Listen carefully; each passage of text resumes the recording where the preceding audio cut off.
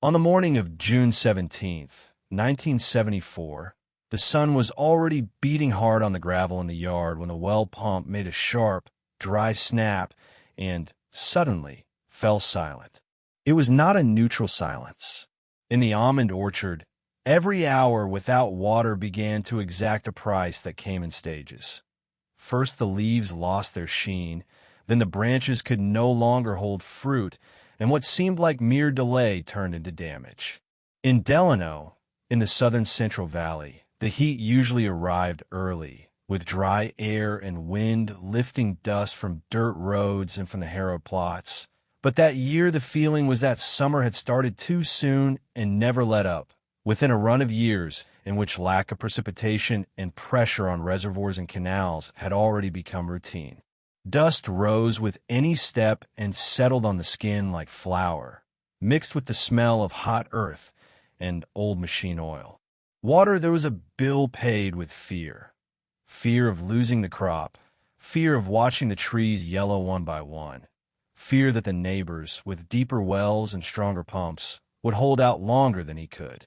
And that morning, with the motor dead and the furrow irrigation lines still marked in the cracked earth, Eli Navarro understood that the work that year would not be only planting and harvesting. It would be keeping alive a new and delicate system that had promised to save the orchard and, at the same time, had tied his future to technicians, sensors, and parts that came from far away, some with labels in English and others with foreign words that no one in Delano pronounced properly, at a time when mechanization and automation were already entering orchards, but still lived alongside improvisation and maintenance done in the farm's own shed. Eli was 38, with thick hands and an unhurried way of walking that did not match the anxiety he had carried in his chest since spring. The wooden house, painted a white that had grown tired, sat a few miles from Highway 99, a constant corridor of trucks and cars crossing the valley at night. The noise of engines and tires crossed the fields like wind, mixed with the distant whistle of a train and the hum of insects. By day, the valley was open and cruel, rows of low trees, bare ground between them, and a cloudless sky for weeks, with harsh light that made metal tools heat up quickly. The orchard had been planted by his father, Manuel, after returning from the war and saving money by working in a packing house, on long shifts, in sorting and packing sheds where the rhythm was dictated by conveyor belts, boxes, and loading schedules.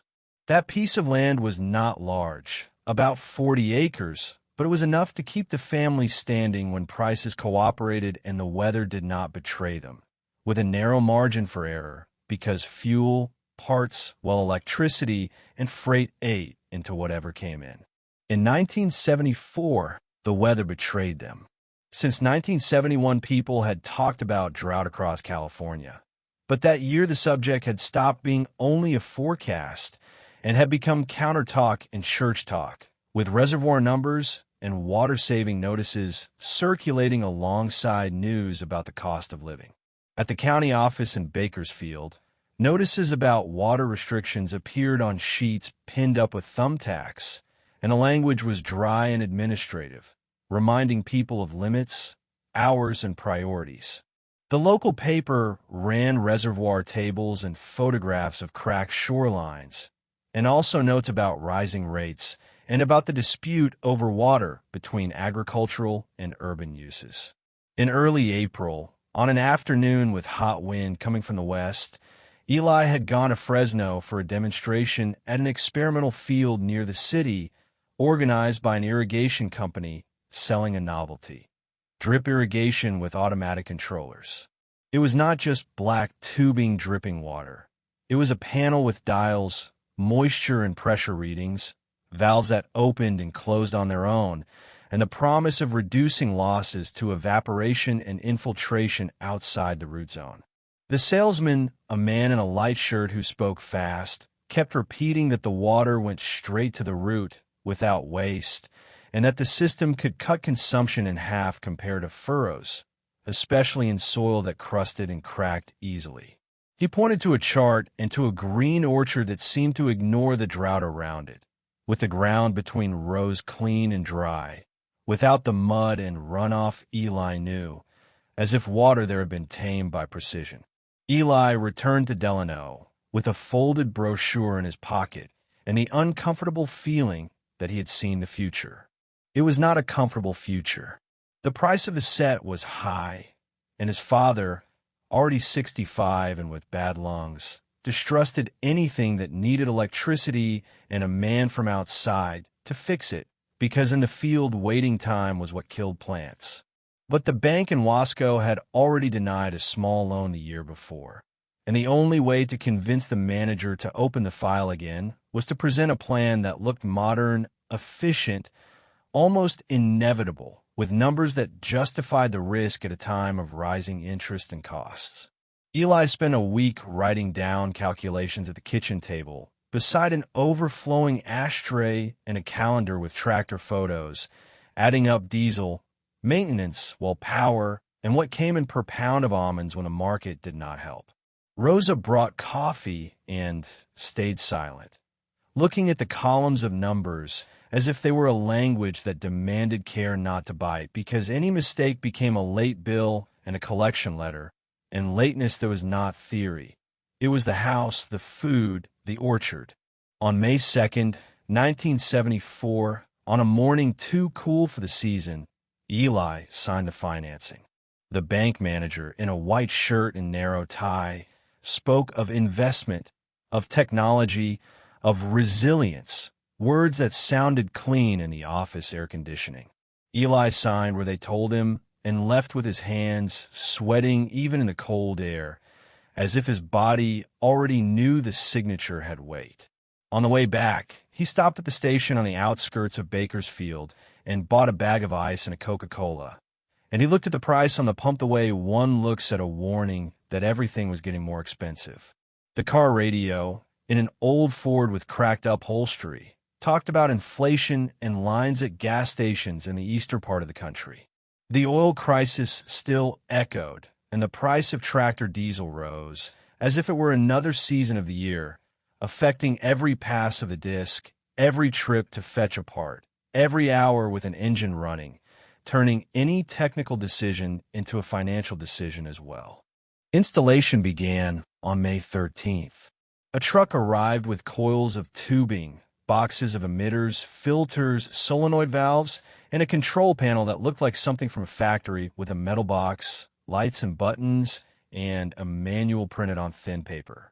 There were two technicians, a young man named Don from Visalia, and an older man, Mr. Klein, who had a methodical way of measuring everything with a tape and writing on a clipboard, checking slope, distance between trees, and emission points. They talked about pressure, flow rate, programming, and also about the need for filtration because water carried fine sand and particles that did not show to the naked eye but clogged emitters. The panel was mounted on a wall of the shed, near the tools, where before there had only been nails, ropes, and oil cans. When they turned it on for the first time, a small click ran through the valves, and the water began to drip at exact points, without the sound of a stream, without mud running down furrows.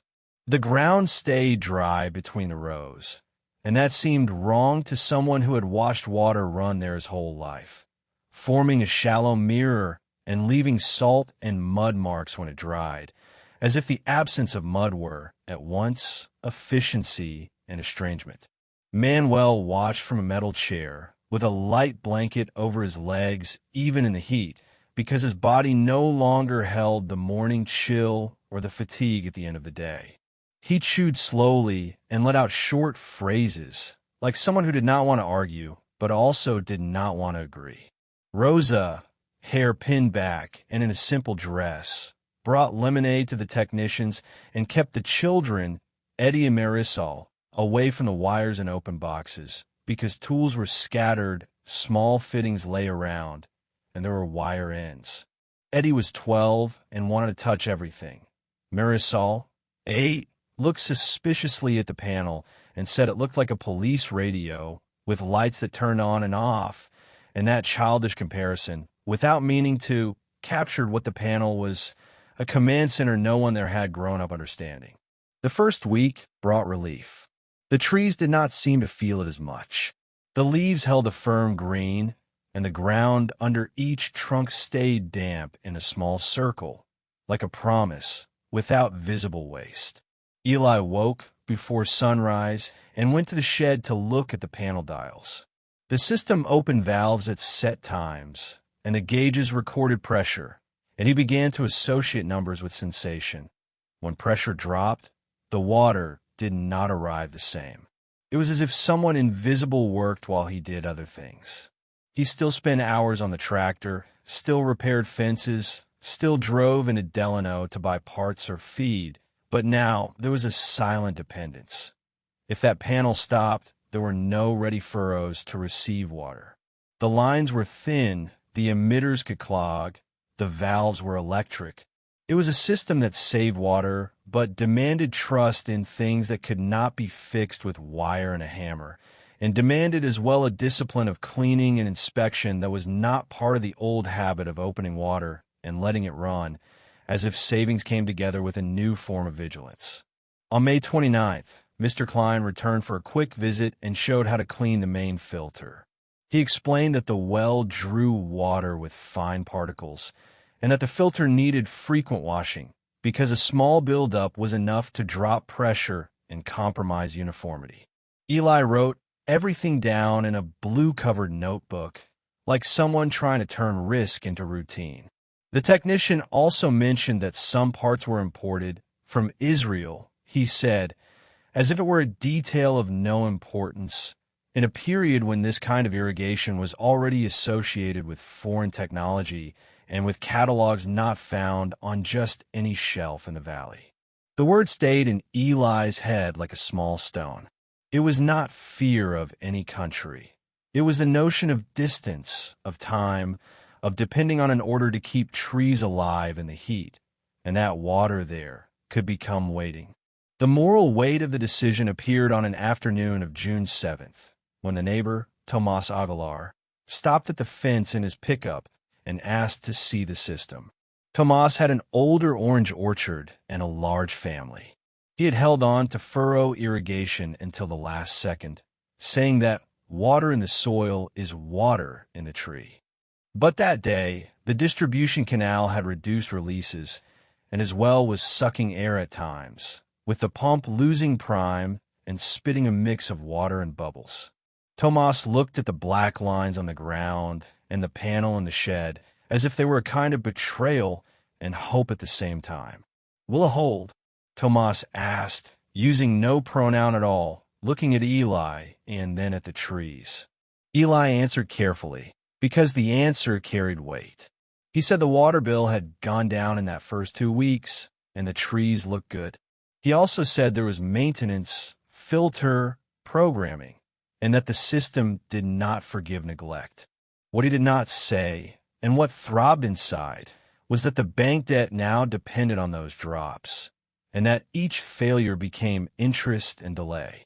Tomas ran his hand along the tube, as if testing the temperature of an animal. He said his oldest son had talked about drip irrigation at agricultural school. He said maybe it was time. And then, in a low voice, he commented that 2 seasonal workers who usually showed up every June had not come. They had gone near Stockton, where they said tomato work paid better. Labor was changing, routes were changing, and Eli realized that technology was not entering only because of water. It was entering because the old way of doing things was becoming expensive and unstable, as if the land demanded another kind of organization, with less dependence on manually opening and closing water and on people being available at the right hour. The following Sunday, June 9th, at Mass in Delano, the priest spoke of patience and of caring for what one had. No one mentioned politics, but the drought was in every sunburned face, in every cracked hand. Afterward, in the parking lot, women traded information about electric bills, men talked about wells, depth, and the cost of energy to pull water. The word automatic appeared sometimes, mixed with distrust, as if it were synonymous with expense and dependence. A woman commented that her nephew had gone to work in a factory in Los Angeles because out in the fields it doesn't work anymore. Eli listened with the feeling of being in the middle of a change he had not chosen out of taste, but out of necessity, with the cost of living rising in the countryside, demanding investment that had not been mandatory before, as if survival had come to require paperwork, a telephone, and a part. The first sign of fragility came a few days later, on the morning of June 17th, when the pump snapped and stopped. Eli shut off the panel and ran to the well, a concrete cylinder with a heavy lid. The smell there was of iron and old dampness, with the sense of still air and oxidized metal. He tried to restart it, heard the motor try and fail, as if it lacked the strength to overcome the start. The panel clock kept marking time, indifferent. The valves, without pressure, had nothing to open. The sun climbed, and the water that should have been dripping at the roots did not drip, and the heat began to tighten early, as always that year, and urgency was no longer a forecast. It was the minute running. Eli called the number on the brochure, a line in Fresno. The secretary said the nearest technician was in Tulare and could arrive late afternoon. Eli stood with the phone in his hand, staring at the shed wall as if he could see the orchard dying in real time. He took the truck and drove into Delano to look for a spare motor at an agricultural parts store. The owner, a man with a mustache and hands dirty with grease, said he did not have a motor for that specific model. He said he could adapt another, but he would have to change the installation, and adaptation in heat season was risk.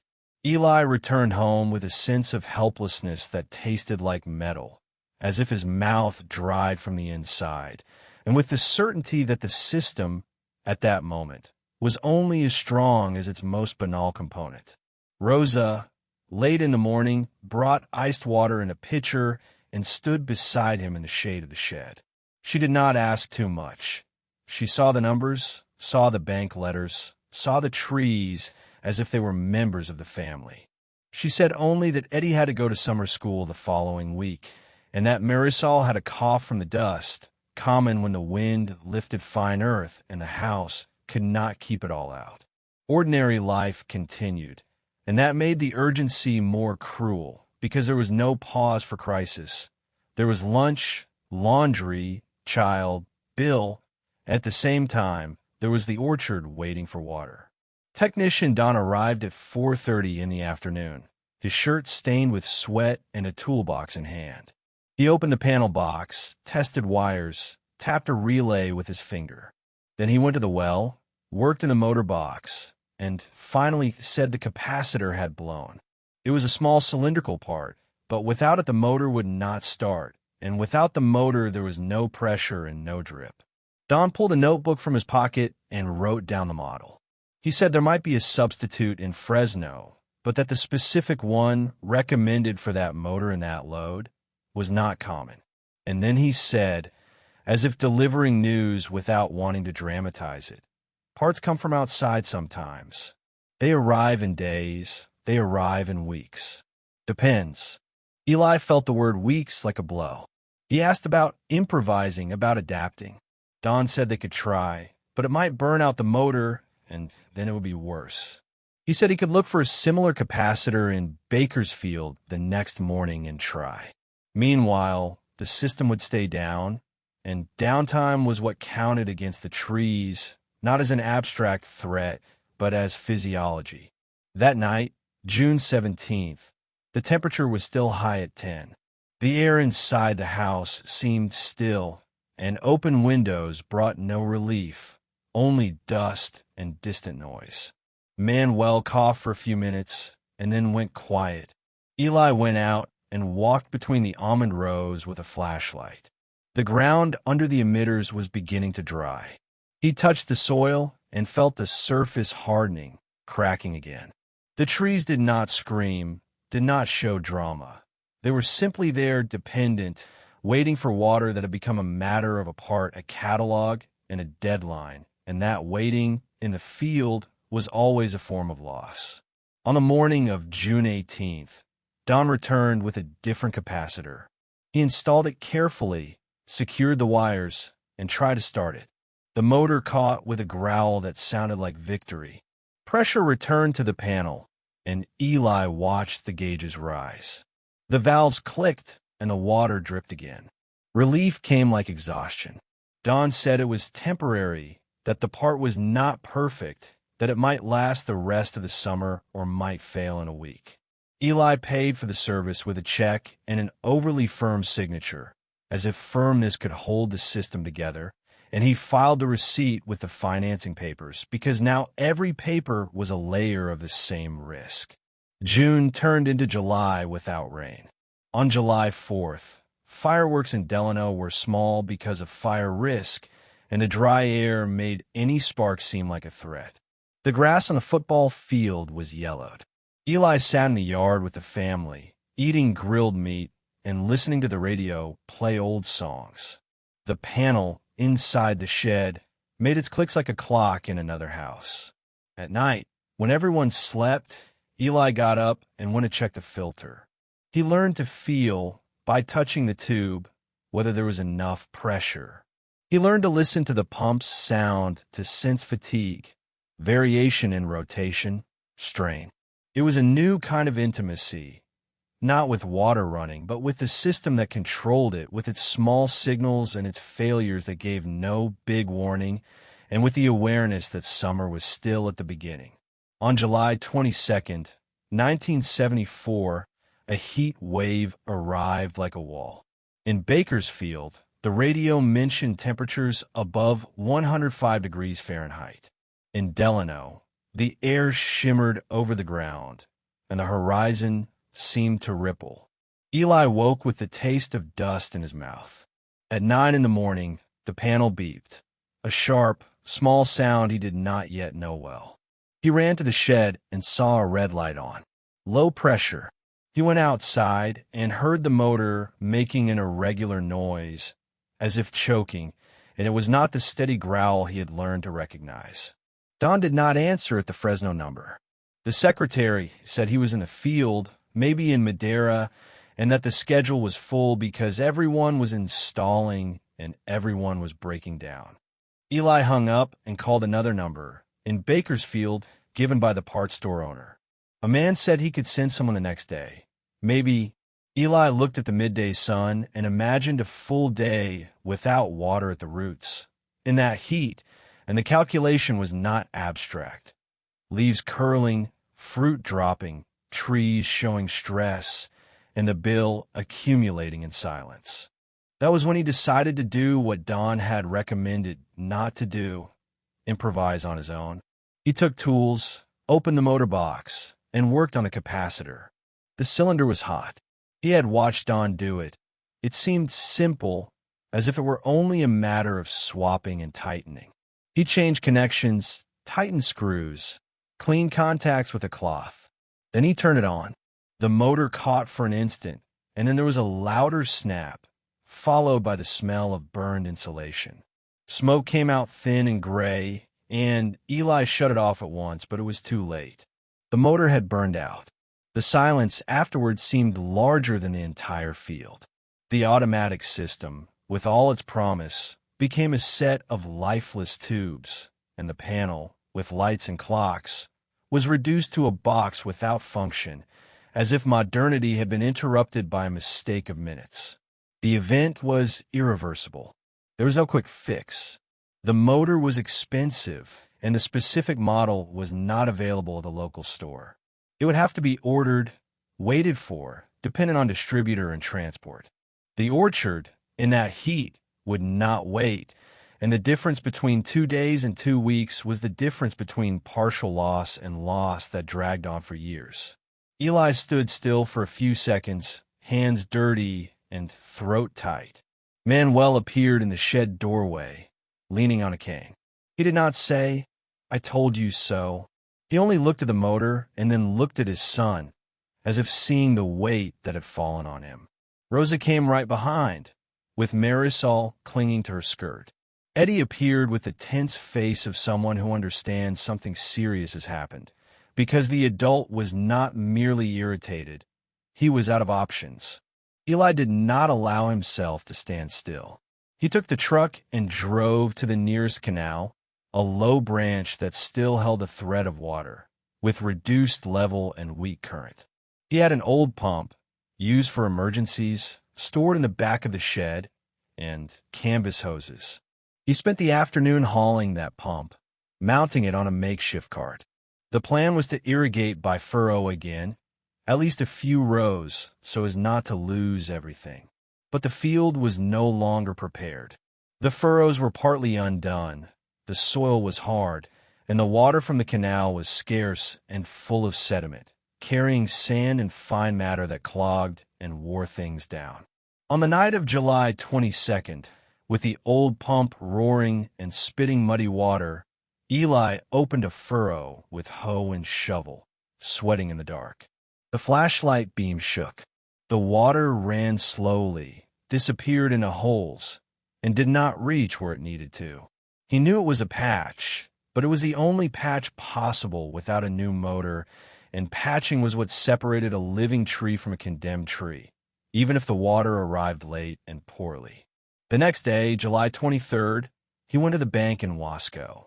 The room was cold with air conditioning and smelled of paper, ink, and carpet, and the contrast with the heat outside felt like an assault. The manager listened to the story with the closed expression of someone who had already heard similar stories. He said he might extend the term, perhaps, but that the credit line was tight. He said many farmers were asking the same because of the drought and costs, and that the bank also looked at risk and collateral. Eli left with a vague promise and a paper to sign later, depending on appraisal. In the parking lot, the heat felt even more aggressive after the artificial cold, as if the body could not adjust, and as if the farm outside demanded answers the office could not give. At the end of July, a new motor was ordered through a distributor in Fresno.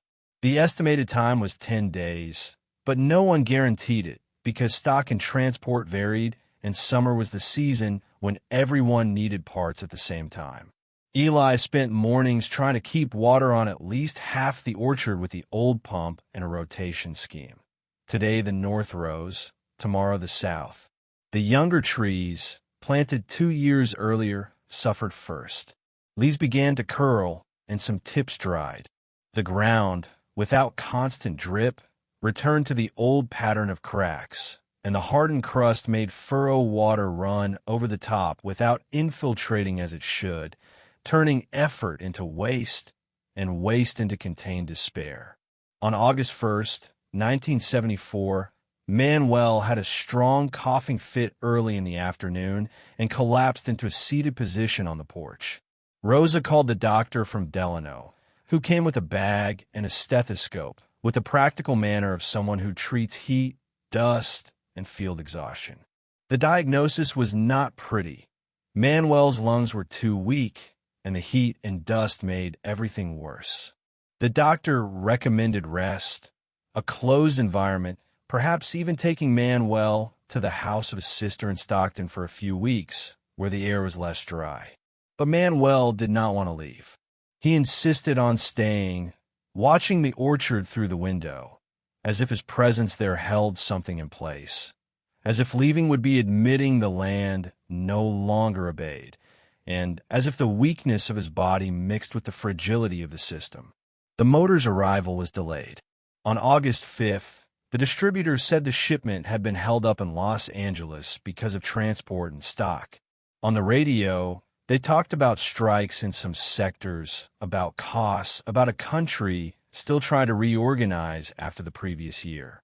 For Eli, none of that was distant news. It was the concrete reason a box did not arrive, the reason a catalog number became waiting. On August 8th, the old pump failed for a few minutes, choking on sediment. Eli took it apart and cleaned it, hands in dirty water, feeling sand between his fingers and the smell of the canal. He looked at the almond trees and realized that some of the younger ones would no longer recover fully. The wood was alive, but the stress of that month would mar production for years. It was a loss that did not appear as fire or immediate collapse, but stayed in the plant's bodies like a scar, in reduced growth and fewer buds for the next season. And that hurt because it was invisible to those who only counted sacks at the end. The new motor arrived on August 12, 1974, a Monday. The box had shipping marks and a crumpled label. The technician who came to install it was not Don. It was a man named Ray from Hanford with a more hurried manner. He assembled it efficiently, connected it, tested it, checking voltage and alignment like someone who wanted to finish before the peak heat. When the system turned on, the emitters began to drip with precision again, as if nothing had happened. But Eli knew it had happened. The month of improvisation had cost trees, had cost nights, had cost an invisible part of his confidence, and it made clear that the promised control came with fragility, and that fragility in the field becomes cost. The heat continued in August, but water became regular again. Eli adjusted the panel with Ray, reprogramming schedules to avoid evaporation at the day's peak, concentrating irrigation in cooler hours. He learned more about sensors and valves than he wanted to learn. He bought extra filters and stored them in a cabinet, like someone storing medicine. He also bought a spare capacitor recommended by Ray and wrote the date and model in thick pen. A new kind of inventory now existed on that farm. Not only seeds and oil, but parts, because the absence of a small part had shown the size of the damage, and because discipline was now part of cultivation. In September, nights began to cool a little. The smell of harvest drew near, but the almond crop was smaller. Some branches held fewer nuts, and in certain rows the hulls looked paler. Eli hired fewer people for harvest, because he did not have what to pay, and because the volume did not justify the same number of hands. Tomas Aguilar came by one afternoon and helped adjust the tarp, and in exchange, Eli lent him the old pump for a day. The whole valley worked like that, with discreet favors and silent accounts, because not everything went through contracts. Much went through necessity, and necessity, that year, was the common language. On September 19th, 1974, Manuel died before dawn. There was no great commotion. Rosa woke first, noticed the different silence, called Eli in a low voice. Eli turned on the light and saw his father lying there, chest still, face without tension, as if he had finally stopped fighting the air. The doctor came and signed a paper. The sun rose the same way, indifferent, and the panel in the shed kept marking time, as if the machine did not know what had changed, and as if life demanded continuity even when the family lost an axis. The funeral was on September 23rd in the small cemetery in Delano. The heat was no longer July's, but there was still dust, and the wind still lifted earth along the edges of the path. Friends came in simple clothes. Tomas was there, and so was the part store owner. No one spoke of irrigation. They spoke of work, of family, of how Manuel had planted the first almond trees when one could still open furrows at lower cost, with lower energy bills and less dependence on parts. Eli stood beside his mother, who had been a widow for many years, and felt that an era had ended in a concrete and irreversible way. It was not only Manuel's death. It was the end of the idea that the farm could be kept only with strength of arm and experience passed from father to son, without intermediaries, without a phone call to Fresno, without a catalog, without waiting. October brought winds and a clearer sky. Harvest happened with fewer people, fewer sacks, less noise. Eli paid what he could. Some bills were left for later. The bank agreed to renegotiate part of the financing, with interest that hurt but did not kill, and with paperwork that demanded signature and deadline. Rosa began to record expenses in a new notebook, more organized. Eddie, instead of playing in the late afternoon, began helping clean filters and check connections. Marisol learned not to trip over the tubes, as if they were a natural part of the ground, as if the farm had changed its skin, and as if her childhood had to adjust to a map of hoses.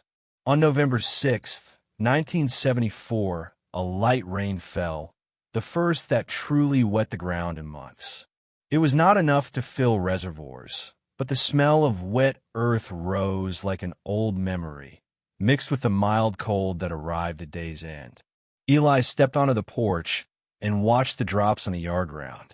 The drip system inside the orchard continued its silent work, now with less immediate urgency. Even so, he went to the shed and checked the panel, out of habit and out of respect for what he had learned, like someone checking a door before sleep, because trust, after that summer, always came with verification. In December, with cold mornings and low fog on some days, the trees went dormant. The scars of summer remained in branches that had grown less, in production gaps noted on papers. Eli had the old pump repaired and stored it, not out of nostalgia, but because he understood that modernity did not eliminate the need for a plan B. He also wrote a short letter to Don, thanking him for the effort and asking for a list of recommended parts to keep in stock.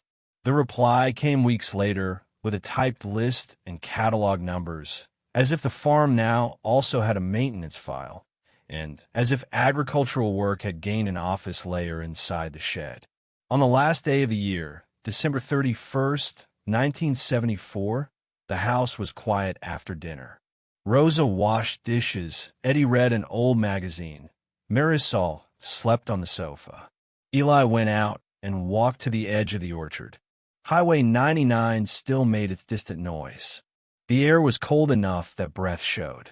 The drip lines, dark on the ground, looked like veins drawn with care. He had not chosen to love those hoses or that panel, but he had chosen to learn, because the alternative was losing the land, and losing the land was losing what held up the house and his father's memory. The trees, without leaves, were simple silhouettes against the sky. His father was no longer in the metal chair, and his absence was a permanent space, not a drama. Eli stood there for a few minutes, hearing only the light wind and, far off, a dog.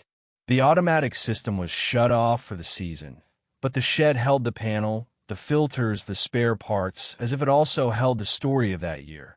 The drought, the burned-out motor, the muddy water running through improvised furrows, Manuel's tired body stopping for good, and the family reorganizing daily life around a technology that promised control and delivered dependence, with cost and discipline. In the years that followed, the farm did not become a miracle and did not return to what it had been before, but it gained a steadier rhythm. In March 1975, when the almond trees opened their blossoms with cold still cutting the mornings, Eli already had a shelf in the shed just for replacements. Filters, connectors, an extra capacitor wrapped in brown paper and marked with pen, and a notebook with catalog numbers and phone numbers in Fresno and Hanford. Rosa began to go with him, from time to Bakersfield to handle paperwork and bring back parts. And on those trips, she bought fabric and school supplies for the children, as if reminding herself that life did not boil down to the orchard. Eddie grew up learning to read the panel the way one learns a household language, and Marisol, taller now, helped identify clogged emitters by walking the rows on windy afternoons, watching the damp spot on the ground and the irregular drip. Tomas Adlar installed a similar system in his orange orchard, and the fence line conversations stopped being only distrust. They became practical exchange about pressure, about irrigation schedules, about how to save water without losing trees. The drought continued to appear in cycles, and there were still tight years, but that summer of 1974 remained as a turning point. Not only because of the lost Manuel left and the mark of the burned-out motor, but because the family learned to sustain the work with preparation and calm, keeping what was needed and accepting help when it came. When winter returned and fog settled low in the Central Valley, the orchard grew quiet, waiting for another spring, and the house went on with a discreet steadiness, as if each well-placed drop had built, little by little, a future lighter than the fear of that June morning. If you found this story meaningful, please consider liking this video. It helps these quiet, often forgotten stories reach more people. Subscribe to Ordinary Lives, Extraordinary Times to stay connected to stories of everyday people who lived through moments that shaped history. Each life mattered. Each story deserves to be remembered, but we'd also love to hear from you. Let us know in the comments where you're watching from. Our community spans across countries, generations, and experiences, all connected by a shared respect for history and the lives within it. Thank you for watching, and thank you for helping keep these stories alive.